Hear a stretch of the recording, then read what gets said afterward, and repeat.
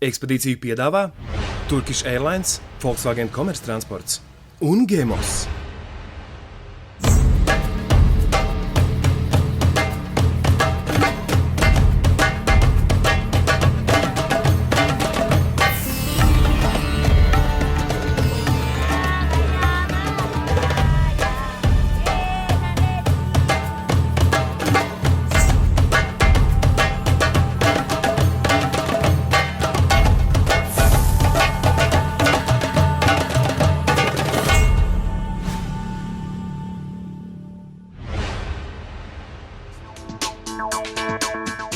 Iepriekšējā sērijā ceļotāji pagaršoja Sumatras nacionālo ēdienu nasi goreng, uzzināja, ka Indonēzijā ir ap 700 valodām un pamazām sāka mācīties galveno indonēziešu valodu, kuru šeit lieto vairāk kā 60% iedzīvotāju. Bet tad kopā ar pavadoni Ali devās uz mazu ciematiņu, kuru pirms 5 gadiem sagrāva vulkāna Sinabung izvirdums. Tomēr pelnu mākonis, kuru tikko bija izšāvis vulkāns, aizšķērsoja ekspedīcijas ceļu, un komanda bija spiest atkāpties dabas spēku pārākumu priekšā.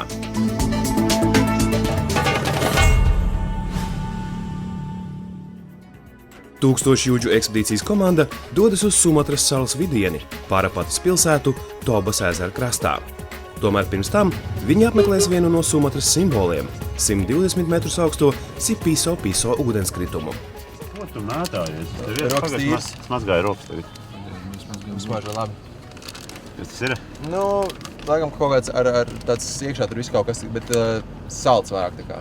Vairāk salds. Nu, baigais saldums viņš nebūs. Vienkārši vecrīgas. Vairāk salds nekā skāps? Jā, vairāk tā kā salds nekā skāps. Vecrīgas tāds Apēd un ierūgušas. tas tā, ka tu apēd un tad bieži apstājies, ja? Nē. Nu labi, es tikai drošībai. Ne, labi, Anģam nedodam. Jā, tikai pasmaržot. Netālu no pirmā galamērķa ceļotāji apstājas pie lielas kafijas koku plantācijas, kuras centrā ir vietējās tautiņas Bataku tradicionālā ģimenes kapliča, kuru viņu valodā sauc Tugu Tambak.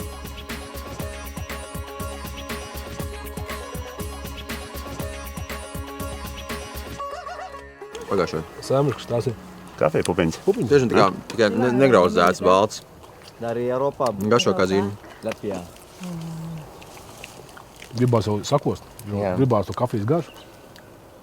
Nu, man kā kafijas nedzērājam, daudz labāk garšoja tas mīkstums ogas. Salds, patīkamu garšu. Nezinu, kāpēc neļāva rīt to sēkliņu lejā, bet tiešām kafijas sēkliņa varētu būt kaitīga, ja mēs viņu pēc tam dzeram grauzdētā veidā. Droši vien, ka vienkārši viņi negribēja, lai mēs iztērējam daudz kafiju, sākot graust viņu ogas. Ceļotāju interese par kafijas augšanas procesu ir tik liela, ka aizmirstas dažas galvenās lietas, par kurām Āzijā ir jāatceras ik uz soļa. Are there many snakes? Banyak ular Vai sini, Pak? šeit ir čūskas? Ada. Yeah, there is. But it's not too many. Ada ular. Jā, diezgan daudz. Dia takut ular. Tad 1 litrs ir aptuveni 1 eiro šitādām pupiņām. Kā vīnogas vārds ir tāds priekšstats, un vismaz ir redzēts, ka tur ir smuki, tur rindās sastādīts vīnogas, tur Itālijā, tur brauc traktoriņš, griež, liek. Tad tā ar kāju nobradā zāli, nolas. Bet tiešām interesanti, ka pa vienai nogatavojās, nevis tā, ka visas. Es godu vārdu piedomāju, ka kafija, nu, ja tas daudzums kafijas, kāds ir pasaulē, taču ir tik milzīgs, man liekas, ka to nevar izaudzēt šādā veidā, bet acīm redzam, tas tiešām tā arī notiek, ka ir mazās saimniecības un katrs audzē savu kafiju, nodod. Tad jāsāk domāt, kas ir tās, nu, tā, ka mēs pērkam kādu kafiju konkrēti, mēs domājam, ka tā ir viena un tā, nu, kaut kāda milzīgā daudzumā absolūti vienāda šķirne. Nu, jādomā, ka, nu, droši vien, ka tā nav, ka tur ir no simtiem tūkstošu dažādu saimniecību savākt kafija. Nu, droši vien tāpat kā ar vīnu. Varam notēlot, ka mēs zinām, kā tas garšo un ka mēs ļoti esam lieli speciālisti. Redz, mums ir tādi priekšstati visādi. Tā ir super dārgā kafija, tā ir no Eģiptes kaķiem tur. Vai tur pasmaržo šitās kafijas pupiņas, tās ir īpašas. Nu tā, man bija priekšstats kafija tikai grauzdētas pupiņas, nekas vairāk. Man likās, ka viņas arī tā kā pakrat koku, tā kā magonis izbirst viss jau tādas. Un tas bija patiesībā tāds vērtīgs piedzīvojums, redzot to, kā viņas tiek audzētas. Tiešām vajag pa vienai apsēst šādu zariņu pacel un vienu uz visi zara. Gatavi. Tā pa vienai lasi ārā. Diezgan jāsaka, godīgi, nav tā kā jāņogas visiem ķekariem. Tu tā čūskanīgas esi. Viņi aizgāja kaut kā. Čūs ceļi, tad ne, viņi izgāja tad. Tālāk teica, ka būšot apakaļ. Nesteidzoties. Viņiem Baltijiem neesot šitie. Izrādās, kafijas audzēšana Sumatrā ir sākusies tikai 17. gadsimta beigās, kad holandiešu kolonisti slepeni uz šejieni atveduši kafijas pupiņas no toreiz galvenā kafijas ražošanas reģiona Arābijas pussalas. Kopš tiem laikiem Indonēzija ir viena no lielākajām kafijas ražotājām pasaulē. I don't know, is it a question just about this red tea? Man ir jautājums par sarkaniem zobiem. Kā tos dabū? Bibirnya merah-merah. Makan sirih. Šis mūsu brauciens ir ļoti īpašs, tāpēc, ka pirms es šeit biju dzīvojis kaut kāds mēnešus, bet, kaut kādu gadu gandrīz, ja? Bet es redzēju, ka tur ir kožģā, bet es nekad nekožģāju. Likās, es nezinu, kaut kā, viņa dzīve ir viņa dzīve, mana dzīve ir mana dzīve, un man likās, gandrīz muļķīgi tur iet un tagad meklēt un kaut kādu tabaku kožģāt, jo vispār tabaku nelietoju un tam līdzīgi. Un tad otrs variants, ja, piemēram, es būtu turists, vienkārši ieskriet uz 2 dienām šeit, tas arī, diez vai iet un tur darīt. Bet tas, kā mēs tagad ejam īstenībā tādu padziļinātāku ceļu un iepazīstamies ar visu, cik vien piedalāmies un cik mēs dziļi varam, tad šī tāds gadījums bija super, ka es beidzot to pamēģināju. Kā tieši košķēšanas process? Makan. Bet kā? Just Ya. and don't swallow. Aku nang. Vienkārši kožā, ja, un arī nost. Ada pinang nang. Okay. Čau, Jāni. Banyak kali sih apa daun sirihnya nang. Ini gini bikinnya. Es to lapu esmu kožājuši, viņa ir laba. Sirihnya satu aja nan. Kasih Mau dia mau. Dia mau coba dulu. Ko to tabaku darīs Par pēc to tam? viņš saka vienkārši pēc tam like that? Iya. Nggak ku tambahin tadi karena pulang makannya ke rumah. Nīt, tāpēc viņas tāds smarža. Pasmērēt zoviņas. Iya gitulah. Tas ir jādara. Am I doing right? Viņš ir jākostā vai vienkārši var turēt? Jā, kožā, kā. Labi. Mēs aizbrauksim no šeit. Jā, arī. Can we swallow the... Ya. Nav tāds rūgs diezgan. Enggak manis lah kata. Bet neko neatgādini tā godīgi. Šitā garšas neesmu jutis mūžā. Oh ini ya. Tas man atgādīja bišķi. Satu lagi Bi, dia udah. Ko? Slimības smaržu. Nopietni? Ya ready. Kad jūs gaidāmājās tāpās kaut kādās garajās, lielajās berzēs, tomēr arī tas zobu. Ini merah kali. Tu kā nesmēķināties, mēģini tas arī vēr. Domāju, ka viņš arī nav jārīja, viņa arī nerīja. Vienkārši tā suliņa dabūja. Tā kā smaganīts berzē vai zobu? Jā, zobs. Viņš vienkārši satkupinās un jūtāt bišķi to tāpeciņu smaržu. Viņš mazliet tā kā nomērtēja arī to mēli. Jā, Aņas teizīja. Jā, ne tā ir? Ne. Tiešām. Tā kā paliek tāda notirps bišķiņa. Nē, tas, ka anestezēja mēli un nedaudz lūpas, tik tirpa viņas, tas tā, bet kaut kā tādu, kaut kādu reibumu stāvokli nekādā gadījumā nebija. Lai gan pēc tam pavērojot to sievieti, viņa, man liekas, tur, ja mēs paņēmām mazu kušķīti, tad viņa, man liekas, paņēma visu to groziņu. Brīžiem bija tā, ka tu no malas skaties, ka viņa tā kā brīžiem ir, te brīžiem nav. Košļājamais komplekts sastāv no 3 galvenajām sastāvdaļām – sasmalcinātām betelpalmu sēklām un lapām, gambiras lapas un nedzēsta kaļķa, kas palīdz visām aktīvajām vielām labāk uzsūkties organismā. Šo komplektu ikdienā lieto miljoniem cilvēku visā Āzijā, un tā galvenais efekts ir eiforijas un spēka pieplūduma sajūta. Visas sastāvdaļas izmanto arī medicīnā. Iespējams, no šīs dienas eksperimenta mūsu ceļotājiem būs arī kāds labums, jo betelpalmas sēklas izmanto arī veterinārijā, mājdzīvnieku attārpošanai. Enak kali, Kang. And think. Kalau ada harga pikiran, enak. Ja jums ir problēmas, lietojiet šo un tās pazudīs. All right. Skatoties uz tiem vietējiem iedzīvotājiem ar sarkanajiem zobiem, tur gan mēs redzējām, ka tāda zināma svētlaime ik pa brīdim viņus piemeklē. Un jādomā, ka kaut kāds narkotisks efekts tam visam ir.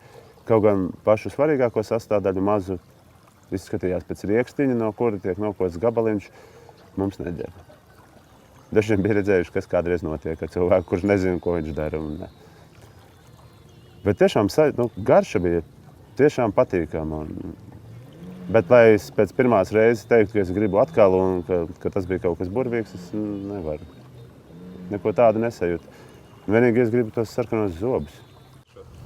Pēc kā? Burvīgs vai nav vispār gārš? Es nevaru ko salīdzināt. Nav ko salīdzināt. Dzirdēs, Drusku sīvs ir točs, viņš ir drusku anestezē. Smaganas. Kēlas galva. Bet tiek kaut bet krāsu Mana baigi. beli ini beli. Bet viņi tā lietrē ritīgi kušķi iekšā. Kalau di sana ada di Danau Toba. Kolosāli. Kanāta nav. Interesanti, kāpēc viņi to dara reizē? Jānīt, kāpēc viņi to dara reizē? Kāpēc ir reizē košļāšana un šitais? Tātad viens kaut ko... Jo šitais jau iet caur smaganām, caur asinītījām droši vien, ne tabaka. Nu kā savādāk. Un tas anestezējošais droši vien ir kaut kāds... Tā lapiņa anestezējošā Jā. zaļā veselīgāka. Jā, Un tā tabaka drīzāk ir tāda bišķiņa. apsisties. Jā. Un viņi vēl uzkoda kaut kādu Vēl kaut kādu palmīties. lidojošo. Jā. Krāsa pazūd diezgan ātri. Tad jādomā, ka tie vietējie cilvēki, kam tie zobi jau tādi stipri iekrāsojušies, dara to ilgi, pamatīgi. Un, katrā ziņā koždājumo lapu varat pamēģināt, nekas slikts ar jums nenotiks. Bet vai vajag? Nezinu.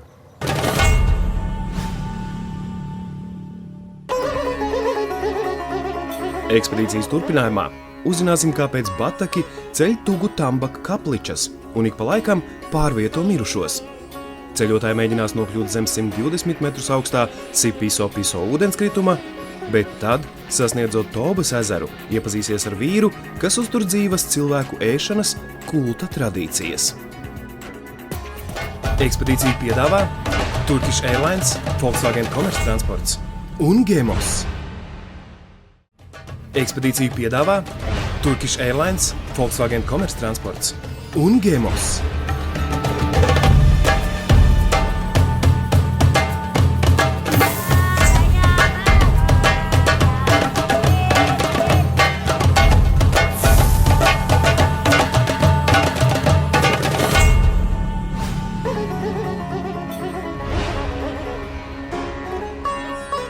Ziemeļu Sumatrā dzīvojošajiem batakiem ir īpatnējs kapličas, ģimenes kapi, kur apglabā piederīgos.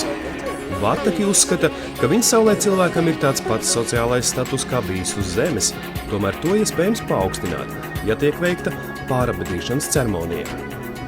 Yeah, this is cemetery. Te guļ viņa tēvs un māte. His parents, father, mother. Vai tos lieto arī kādiem reliģiskiem rituāliem, piemēram, lūkšanām vai tam līdzīgi? Praying, worshipping.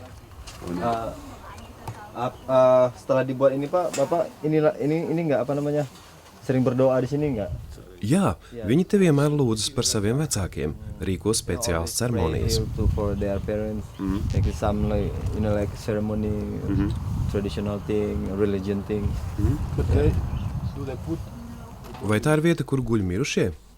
This is Vai viņi tur ir apglabāti kā mūmijas? itu Senākie ir sadedzināti un pelni pārvietoti uz augšējo stāvu. Jaunākie nesenāk mirušie tur guļ kā mūmijas. kapan? Kalau yang lama? Nomaina vienkārši vecākos, kas ir jau pabeigušies, uznes uz augšu kauliņus seber. Un kāpēc kapenes ir tik lielas? New home for their parents. Viņš vēlējās uzbūvēt jaunas mājas saviem mirušajiem vecākiem. Man tiešām šķiet interesanti, cik dažādi ir tie veidi, kā pieminēt tos savus aizgājējus. Vai tas vairāk notiek sirdī, vai tomēr mēs veidojam tādu savas izrādīšanas svētvietu, ka mana dzimta ir varena un mēs uzstādām mauzoleju. Veidā, kā šeit ir iekārtotas senču piemiņas vietas, ir pats veids jau, ka tu savu senci dabūni ik pa laikam pārvietot kādu stāvu augstāk, tev liek atcerēties, tev liek atzīmēt, tev liek padomāt par to, kā tev senči bijuši. Un tā izvēle šeit ir acīm redzama, ka ir svarīgi. Ir svarīgi tos vecākus pieminēt, savus vecākus pieminēt un veidot svētvietas. Man vispār patīk tā doma. Ka tur, kur viņi strādā, un kas ir tā kā viņa dzīve, teiksim, tas darbs, kur viņi tajā vietā ir, ka turpat arī viņiem turpat viņi arī dzīvo pēc tam un tam līdzīgi. Kaut kā tas skats man patīk, ka es braucu un es redzu tur Rīgas lauku un vienkārši tur vienā stūrītī es redzu arī tādu, es nezinu, kā to nosaukt. Un, ja tu esi bagātāks, tad lielāku, protams, un ja nē, tad vienkārši kā tu vari atļauties tā es. Un tur visa ģimene, tur saimes jau gadiem, jau paudzēm tiek kopā liktas un pārvietotas un tādu.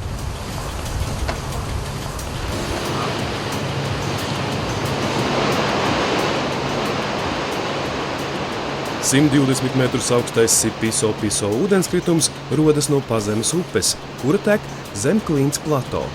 Batakiem ir leģenda, ka ūdenskritums radies Pazemes drakonam cīnoties ar pārdabiskām būtnēm no Tobas ezera zilēm. Ceļojot vienmēr ir interesanti, ka pirmie piedāvājumi, kurus tu uzzini, pirmkārt nobiedē, jo šķiet, ka tas ir tikai turismu galamērķis. Jo kāpēc tas ir tik populārs, tātad tur vai ir uztaisīta mašinērija, kas pelna naudu no tā, ka tu esi ieradies apskatīties. Un viens no šādiem mērķiem te uz vietas ir Sipiso ūdenskritums un viens no zināmākajiem šie dabas objektiem. Un es braucu tiešām uz Sipiso ar skepsi. Bet skats, kāds pavarās ūdenskrituma ielajā, ir viens no skaistākajiem, kādu tiešām esmu redzējis. Tur vienkārši ir tāda daile un spēks, varenība baigākā un tāda, kas mums Latvijā nav. Tas tāds ļoti, nezinu, tas nostrādā, man tas nostrādā tāda ūdenskrituma, tāda enerģija, ka nāk no dabas, ka var pieiet klāt un sajust vienkārši tādu auru arī un tam līdzīgi. Tikai jāpieiet tuvāk ir. Bieži vien tas ir tas turismu gadījums variants, ka piebrauc autobusu, nofčējās un aiziet projām. Un tur nekāda emocija, nekas nav, vienkārši tā ķeksīta var ielikt, ka es tur bijis, bet, kad iet un iestāst tajā rīklē iekšā, tad ir vērts dzīvot tādu sajūtu. Metrus, kādus 100 no ūdenskrituma, tu viss esi slapšs. Un tuvojoties ūdenskritumam, sajūt arvien spēcīgāku gaisa spiedienu, kāds rodās ūdenim krītot ielējā un, attiecīgi, pārvietojot gaisa un ūdens masas. Ūdens ļoti silts. Priekš tā, kādā vietā tas ir un kā tas tur ir ieradies. Un fantastiska spēka sajūta, ka vienkārši ūdens struplē krītot ielējā rodās ne tikai skaistums, bet arī spēks, kuru par lielāko prieku izbauda stāvot, cik vien tuvu iespējams piegājis apakšā, līdz brīdim, kad paliek grūti elpot.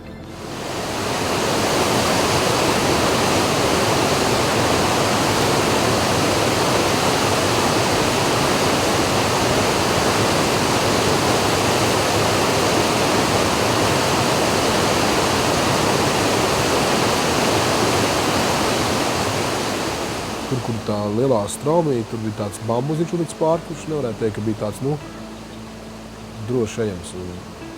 Patiesībā es teiktu, ka vienā brīdī man pat radās nedaudz tā,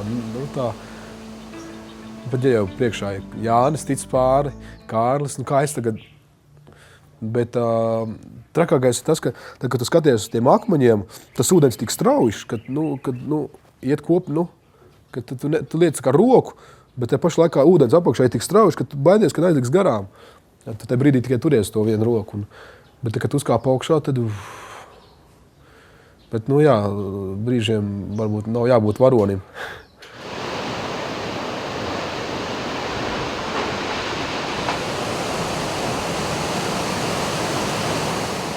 Tā kā Alpes ir tās ciet vienkārši no tā, ka nāk vienkārši tas ne tikai ūdens, bet tiešām tas tāds spēks, tas gaiss, viss tāds un baigi paņem. Tā sajūta ir baigi, un es baigi priecājos, ka mēs ar čaļiem kopā ar Andri un Kārli jūt, ka visi vienkārši to sajūta, vienkārši, kad iet cauri tāds baigi labi sajūta. Tas bija arī ļoti, ļoti liels kontrasts salīdzinājumā ar to Sinamogu vulkānu, kurš bija tiem putekļiem, kur bija tāda pilnīgi, mēs iebraucām tajā nāves ielējā vienkārši, ka viss bija vienkārši ciet un nekādas dzīves nav. Un vienkārši nākamajā dienā pēc dažām stundām mēs aizbraucām tādā vietā vienkārši, kur tāda enerģijas un dzīvības avots vienkārši līst. Indonēzija noteikti kontrasta zemi.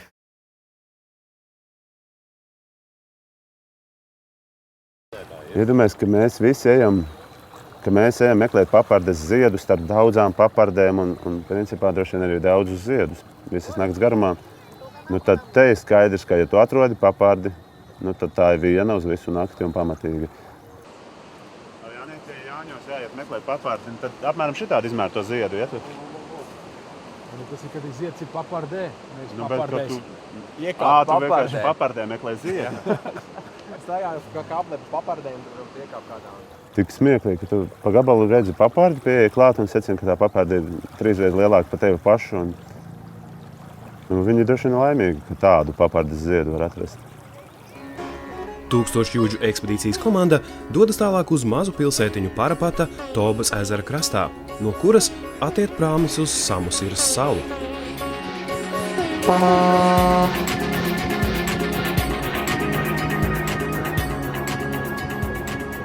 Šīs dienas mērķis Samusirā ir apmeklēt muzeju, kurā vietējais novatpētnieks zina visu par šeit dzīvojošo tautu batakiem. Pirmais, ko ceļotāji vēlas uzzināt, protams, ir bataku cilvēkēšanas tradīcijas. Es viņu jūtu tādu kā teatrālu uzvedumu, un man nelikās tik ļoti tā, ka viņš tagad tiešām tur sit un tam līdzīgi, lai gan viņš darīja visu pārliecinoši. So, okay, that is chair long years ago. Tas krēsls bija karalim. Karalis sēdēja šeit, Sit down and here. bet noziedznieki sēdēja tur. Down here. For example, Es tagad esmu noziedznieks. Viņam bija jāsēž šādi. yeah. Tur sēdēja tiesnesis. Okay. That's my minister. Apkārt bija visi pārējie cilvēki, kas bija atnākuši noskatīties tiesu. One of you. Yeah, me. Lai atrastu to, kuru mēs ēdīsim, mēs vispirms rīkojam tiesu. Un tad tas man likās jau interesanti, ka ir karalis un tiesnesis un pat advokāts un spriež taisnu tiesu. Nu, droši vien, ka ja bija bada gads, tad vienkārši vairāk bija slikto tajā gadā. Tas gan varētu būt. Okay, white table. Kādam nolūkam ir galds? For the Galds bija dzeramajiem, tur bija ūdens vai kas tāds. and so on. Right? And then after that, Ja karalis nosprieda, ka man jāmirst, tad mani aizveda uz soda vietu. after that, Sods nenotika šeit, bet citur tālāk. to the another place also. Kāda veida nāves sodi bija? Ja karalis nolēma, ka jāsoda vai nocirta galvu? Jā, ja karalis nolēma, tad sodam bija jātiek izpildītam. Viņi nocirta galvu, bet tas nenotika te, bet tur. Te bija tikai tiesa. Kādi bija tie noziegumi, par ko sodīja? Nu, piemēram, ja tu nogalināji vai izvaroji sievieti, vai bija neusticīgs? Tas stāsts jau ir, kad viņš izstāsta līdz sīkumiem, tad jau patiesībā tu uztver pilnīgi normāli. Tas ir sots. Tas nebija tā, ka atnāca nogalināja, vai pēdam nav ko ēst. Tur taču ir apakšā mājā rādīt, te bija lopi. Tur bija, viņi nebija badā. Tas bija soda izpildes ceremonija, tas bija process. First, I make cover the eyes. Es jau nezinu, varbūt Francijā, kad uz giletīnas noņēma galvu publikas priekšā vai sadedzināja sārtu, kas ir cilvēks. By rotan. Te ir Indonēzija, Eiropa. Rotan, okay, right? Varbūt, kad tiesāja raganas pie sārta, varbūt tur pat nebija tik liela tiesa. Atnāca bariņš ar zemniekiem, pateica, ka tur tie mājā dzīvo ragani. You're lying down. And your body put on the table. Like that? Sleeping. Nu, man palika iespējas, ka brīdī, kad viņš demonstrēja, kā tas viss tika darīts, ka gēnos tomēr kaut kas ir saglabājies. Jo brīdī, kad vajadzēja atvērt krūšu kurvi, tās kustības bija ļoti tādas zinošas, kā tiek atvērtas krūšu kurvis un sejas muskuļos parādījās zināms apmierinājums. Body of the criminal make also. Kā domā, viņš atdzīvosies? Bija tā vērts. Bet tā domā, atdzīvosies? Nu, ir savādi būt kultūrā, kas salīdzinoši nesen ir tiešām notiesājusi cilvēkus, bet kas man bija jaunums, ka notiesāja nevis tāpēc, ka gribējās ēst, bet tāpēc, ka sliktais. Un to es tiešām nezināju. Kādu, vienkārši to, kurš ir nodarījis kādam pāri.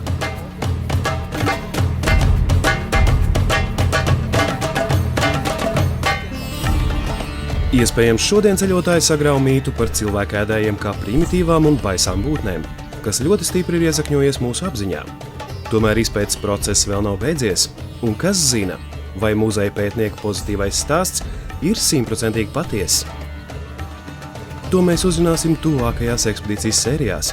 Bet jau pēc nedēļas ceļotāji dosies izpētīt Tobas ezera salu, noskaidros, kā ir izveidojies šis milzīgais ezers un kāpēc, dzīvojot izdzisuša krātera vidū, šeit neviens nejūtas apdraudēts. Ekspedīcija piedāvā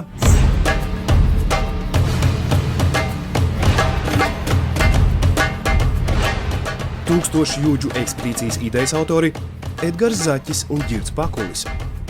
Producents Attis Balodis. Operators Edgars Daugovanaks-Vanaks. Montāžas režisors Jānis Dzilne.